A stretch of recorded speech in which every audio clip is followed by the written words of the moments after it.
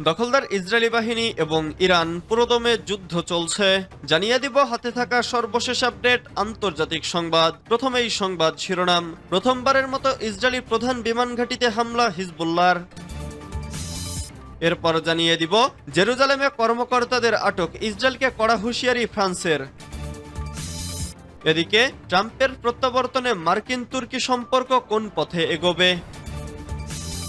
এরপর জানিয়ে দিব দ্বীপ নিয়ে ইরান আমিরাতের বিরোধ, শত বছরের মানচিত্র উত্থাপন তেহরানের। আরও জানিয়ে দিব ইরান পারমাণবিক অস্ত্র তৈরি করছে এমন প্রমাণ নেই বলছে IAEA। সর্বশেষ জানিয়ে দিব ইউক্রেনকে সমর্থন জোরদারে প্রতিশ্রুতি ব্লিংকেনের।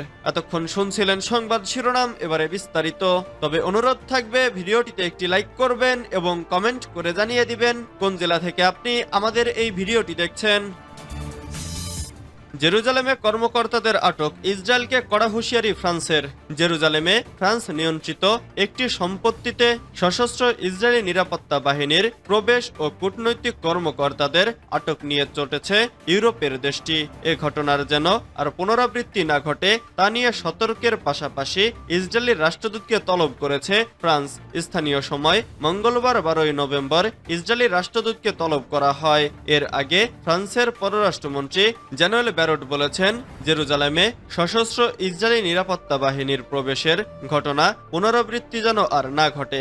জেরুজালেমে ফ্রান্স পরিচালিত 4টি স্থান রয়েছে।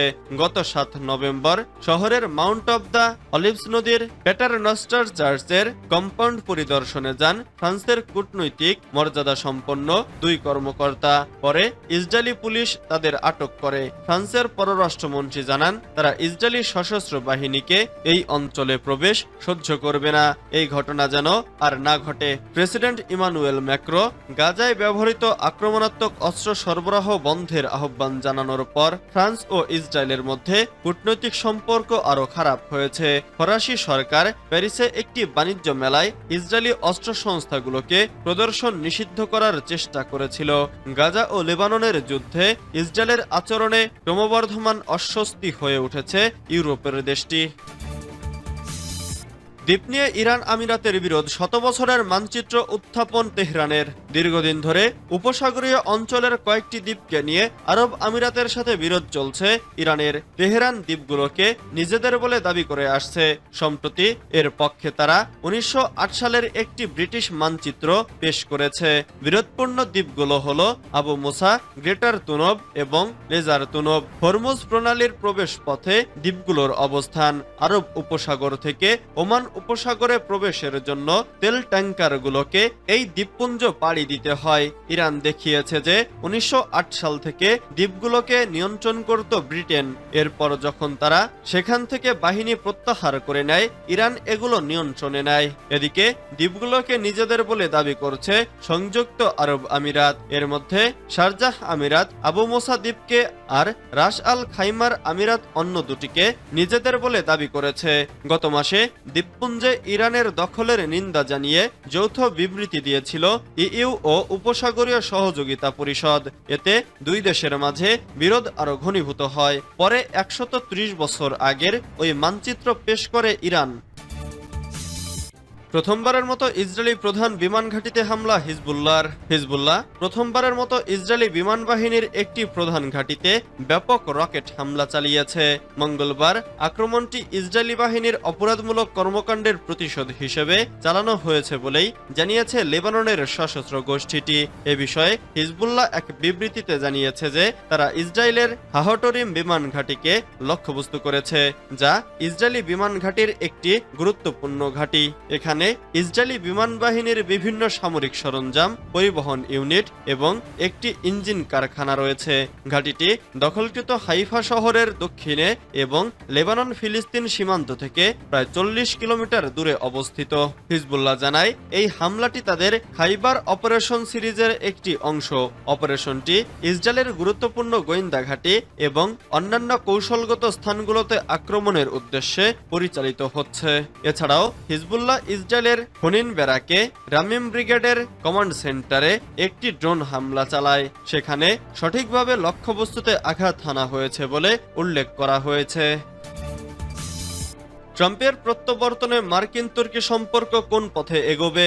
মার্কিন নির্বাচনে জয়ী ডোনাল্ড ট্রাম্পের হোয়াইট হাউসে প্রত্যাবর্তন তুর্কি মার্কিন সম্পর্কের ক্ষেত্রে কিছু ইতিবাচক সম্ভাবনা সৃষ্টি করেছে বলে মনে করছেন রাজনৈতিক বিশেষজ্ঞরা। তাদের আশা, যুক্তরাষ্ট্রের নতুন প্রশাসন রাশিয়া ইউক্রেন সংকট এবং উত্তর সিরিয়া সন্ত্রাসী সমস্যা নিয়ে অগ্রগতি আনতে পারে। ট্রাম্পের দ্বিতীয় মেয়াদে তুরস্ক ও যুক্তরাষ্ট্রের মধ্যকার সহযোগিতা আরও বাড়তে পারে, কারণ ট্রাম্প এবং তুর্কি প্রেসিডেন্ট এরদোগানের মধ্যে ঘনিষ্ঠ সম্পর্ক বিদ্যমান। রাজনৈতিক বিশ্লেষক ও সাবেক মার্কিন কর্মকর্তারা মনে করছেন সিরিয়া এবং ইউক্রেন ইস্যুতে উভয় দেশের মধ্যে সমন্বয় বাড়ানো সম্ভব হতে পারে। ট্রাম্পের জয়ে বিশ্ব নেতাদের মধ্যে এরদোগান সর্বপ্রথম ট্রাম্পকে অভিনন্দন জানান এবং টেলিফোনে তার সঙ্গে আলাপ করেন।